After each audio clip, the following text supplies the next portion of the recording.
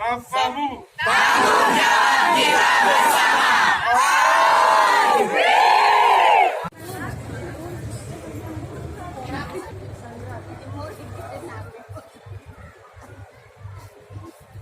Kesatuan Aksi Mahasiswa Muslim Indonesia di wilayah Kabupaten Aceh Tengah. Kita tadi baru dimulai, kita sudah lama mulai. Letakkan sampah pada tempatnya. Karena kita ke depan akan mengolah sampah, bukan membuang sampah. Cinta lingkungan dari LSN serta pramuka, petugas kebersihan dan unsur TNI.